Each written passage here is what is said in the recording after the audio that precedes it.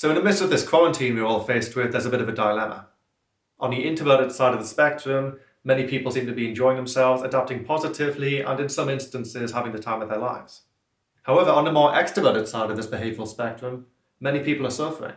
Well, this video, while very much applicable to every single human being, is for the extroverts. Because firstly, it's highly misunderstood what it means to be an extrovert in the first place.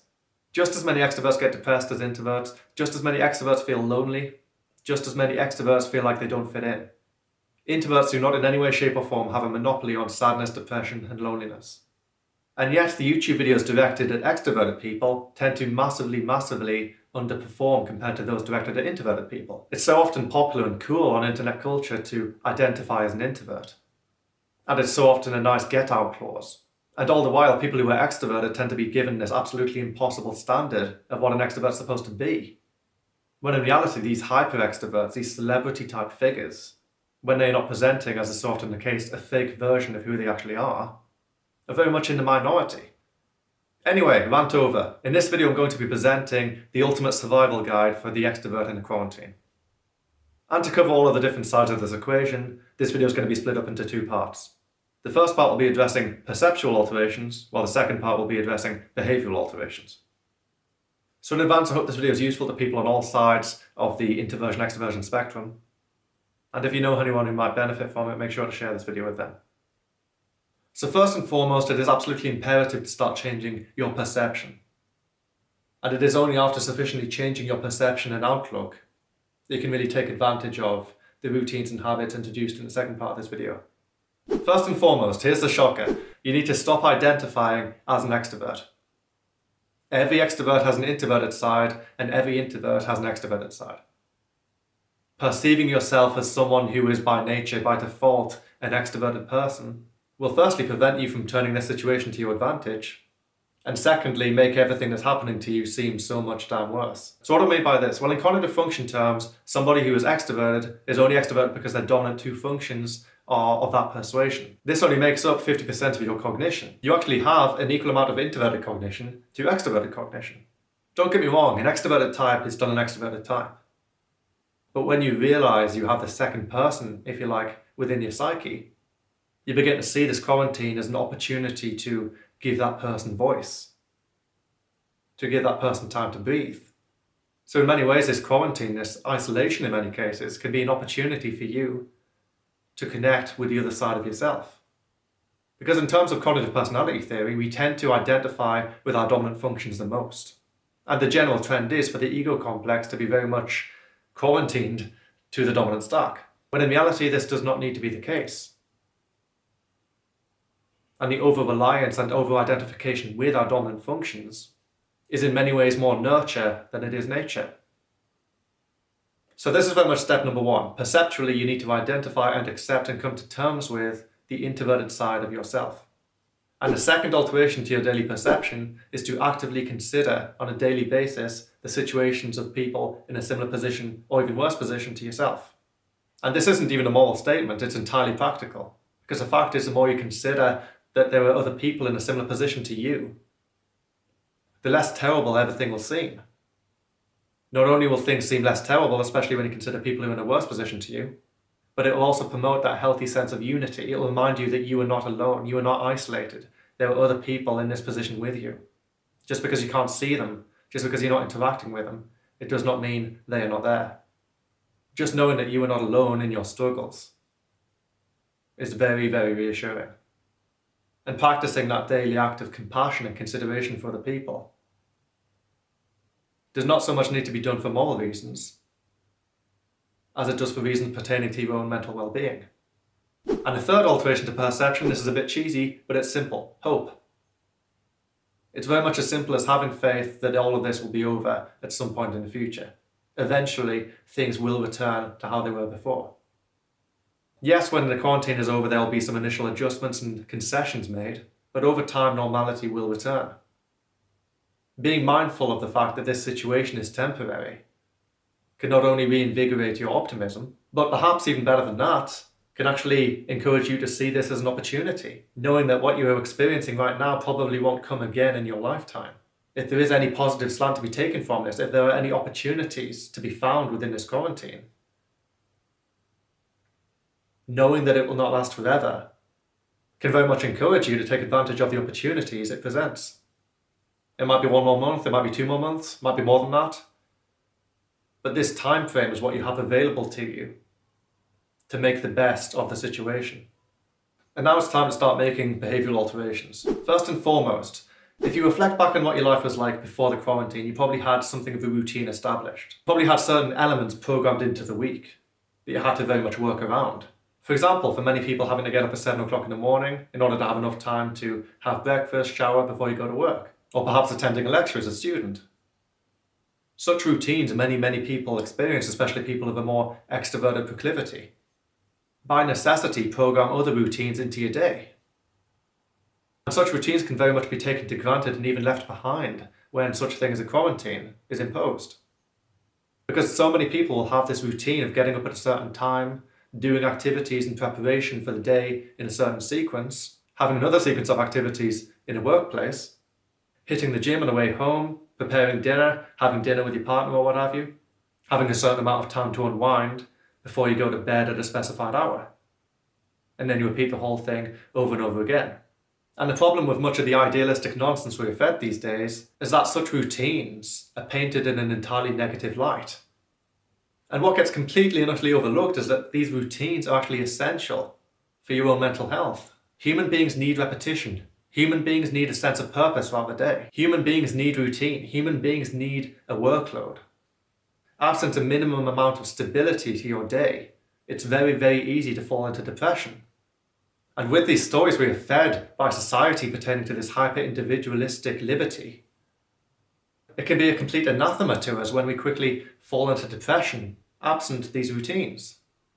So first and foremost, it's absolutely essential, especially for the more extroverted person, to establish a sense of regularity to your daily activities. Don't go full robot. I'm not talking in extremes. That isn't practical either. Try to establish a consistent wake-up time and a consistent bedtime. Try to establish a consistent feeding window. I'm not saying have breakfast every day. That's a complete myth. You do not need to have breakfast. What you do need is consistency. You might have a 12-hour feeding window. I'd personally suggest about 6 to 10 hours. And equally importantly, try to place your meals around the same time every day. Again, don't go full robot. You don't need to have every meal at a specific time. What I'm saying is, they need to be around the same time. Give or take an hour, for example. And in circumstances like these, even something as basic as hygiene can completely go out of the window. Before the quarantine, many people had to be at work or at university at a certain time every day. And as such, the general pattern was to get up and have a shower and then have breakfast. Keep this up. Again, this is a very important element of maintaining that kind of homeostasis. Keep the routines you had before the quarantine going. Second behavioural alteration, establish rituals into your week. For those of you who are fortunate enough, or indeed unfortunate, depends on the circumstances, to live with people, try to split the days and indeed weeks up with various fun activities. For example, one night of the week could be games night. You could bring out the board games or something. One night of the week could be a movie night. Heck, you could even have one evening every week where people just turn off the phones, turn off the internet and just talk to each other. These are just ideas, but having daily rituals, especially if you were fortunate enough to be in the company of other people, can not only massively improve your domestic situation and very much assist you with the continued enjoyment of the company you keep, but again, going back to point one, it can just assist you in that kind of homeostatic stability. Breaking the week up, breaking the days up, it gives you that thing to look forward to. And going back to the perceptual alterations in the first half of this video, having established a kind of optimism, having various activities and rituals to look forward to throughout the day and throughout the week can not only make the time pass much faster and much healthier, but it can also massively improve your enjoyment of the overall situation. And of course, rituals don't have to be done with other people, but I definitely recommend at least one of the rituals you implement are done with other people. And for those of you who are indeed isolated in these times, the internet is still your friend. You can reach out to people over the internet. You can start playing online games, for example, once a week or once a day with a friend. Nobody these days is too old for video games. There's an absolutely huge range of games you can choose from these days. Some of them being no more than virtual adaptations of board games and such you would have played with your friends back in 1950, 1960, 1970. Do not underestimate the power of the online world to make up for the things you cannot currently enjoy in the physical world. And in a natural segue from point 2, point 3 pertains to socializing. No matter who you are, no matter where you are, for every single person, but especially extroverts, I'd recommend reaching out to at least one person every single day. Because the fact is, for so many people, particularly people of a more extroverted persuasion, it is not always readily apparent to the psyche when you are experiencing loneliness. Many extroverts can actually go an extended period of time suffering with anxiety, suffering with depression, suffering with loneliness, without necessarily realizing it. So an effective safeguard against this is to reach out to one person every single day. With the exception of a very small minority of people, we all have somebody. And even if your relationship isn't necessarily great right now with that person, in some instances, not necessarily all instances of course, but in some instances, this could be an opportunity to make reparations with that person, because they may very well themselves be suffering from loneliness right now. And so I strongly urge you to reach out to at least one person every single day. Whether you like it or not, we as human beings are social creatures.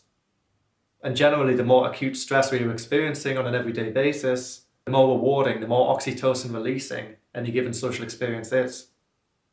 And this brings me to point 4. Implement acute stress into your daily life. Because the fact is, short, intense bursts of cortisol are extremely healthy. In fact, short, intense bursts of acute stress, followed by socializing and relaxation, can not only make you more resistant to acute stress, but also, more importantly, essentially prevent the development of chronic stress altogether, which in turn significantly lowers the chance of you falling into depression. And there are many sources of acute stress. One of them is simple exercise. Exercise temporarily raises levels of cortisol in the blood. You need that cortisol in order to concentrate on your activity, in order to essentially activate your sympathetic nervous system, and subsequently deactivate your parasympathetic nervous system. But then the activation of the parasympathetic nervous system through meditation, relaxation, socializing, even eating, will encourage that healthy homeostatic undulation between sympathetic and parasympathetic activity. But just having something to work on is enough. Having projects, when you are concentrating intently on anything, on any task, you'll be experiencing acute stress. And not only is working on something every day deeply fulfilling, but it also enables you to appreciate so much more the socializing and relaxation time that will follow it. Find something to do, find something to work on, find problems to work through. And when you encounter an obstacle along the way, something that you cannot do yet, something that you are struggling to overcome, this is a great thing. This will increase the acute stress even more, alongside a healthy regime of relaxation, and make the time you do have to relax all the sweeter. And now on to number 5. Every single human being, especially those of a more extroverted disposition, needs a community. And I'm not talking about a community in the old-fashioned sense of going around your neighbour's house for a cup of tea. No, not at all. In the global village that we live in today, communities are absolutely everywhere.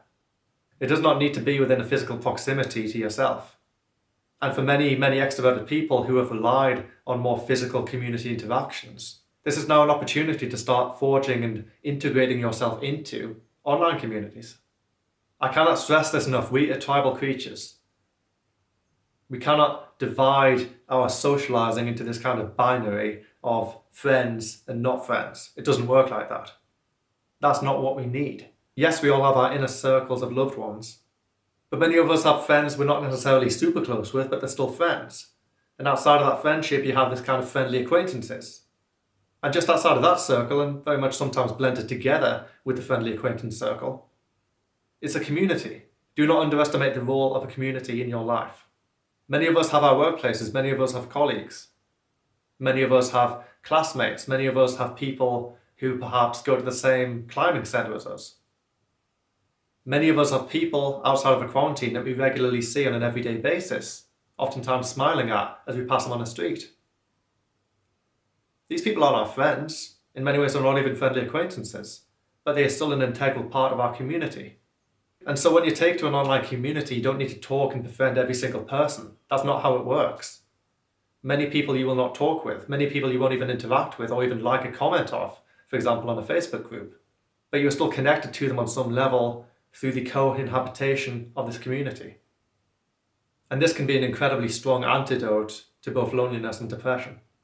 And somewhat spontaneously, which is rather unlike me, I wanted to throw another one out there. And this is quite a simple one. Meditate every day, 20 minutes. I actually had a request about this recently from the Patreon, more specifically how meditation can apply to and benefit each of the 16 personality types. And as a big proponent of meditation, I'm very much looking forward to exploring that topic in a future video. But for the purpose of this video, I'm recommending to every single person, especially those people of a more extroverted persuasion, to implement 20 minutes of meditation every single day. Use your calendar. If you have a smartphone, set an alert for a specific time every single day. Because meditation has a very unique benefit that you cannot really get from anything else. For those of you acquainted with CBT, if you imagine a lens, intuition on one end, sensing on the other one, you notice that sensing, the concrete perception of reality, tends to exist within a certain time frame. This time frame stems from the present and then reflects upon the past. And then if you take the complete other end of this perceptual continuum, you have intuition. You may notice a time frame of intuition stems again from the present, but then abstracts outwards into the future. So in the sensing end, we have reminiscence, and on the intuitive end, we have anticipation. What meditation does is it takes each of these extremes and it brings them into the center. It essentially equalizes your lens. And as such, the codec activity related to those lenses, be it feeling or thinking, is suddenly confined to a very small time frame. And this equalizes your cognitive stack. No matter what type you are, meditation achieves a sense of equilibrium within the mind. Because the fact is, even in your sleep, your brain is still going haywire. You're still making associations between all of these various different components constantly. Heck, it could be argued that your brain is even more active in sleep than it is during the daytime. But meditation gives you a very unique opportunity to completely quiet your mind. And when you're in a meditative state, you would then have an opportunity to focus on any single thing that you want to focus on, knowing that that thing will no longer be conflicting with other values in your brain. And the better you get at meditation, the longer you can maintain that focus. But even if you didn't have things you wanted to focus on, just the act of meditation alone, absent that particular focus of cognition on any particular issue that might be bugging you, massively reduces your cortisol, reduces your stress. It puts you in a calm state of mind. And at the time when many of us are experiencing a level of anxiety, the daily implementation of meditation can not only increase our own happiness and contentment, but allow us to respond more positively to anything that occurs throughout our daily life. And that concludes the Extroverts Quarantine Survival Guide. So I hope that was useful. Definitely share it with anyone who you think might find value in it. And if you haven't already done so, make sure to click that subscribe button down below with the bell icon next to it, and that way you can stay notified of future content. And just as a reminder, I do have a dedicated CBT ebook if you're interested in further exploring the theory. And I also offer a typing service across multiple tiers for anyone who's interested in understanding what the cognitive type is, or who already knows a type and just wants to understand how it applies individually to them. So again, a big thank you for watching the video, and I'll be back in a few days' time. For now, take care.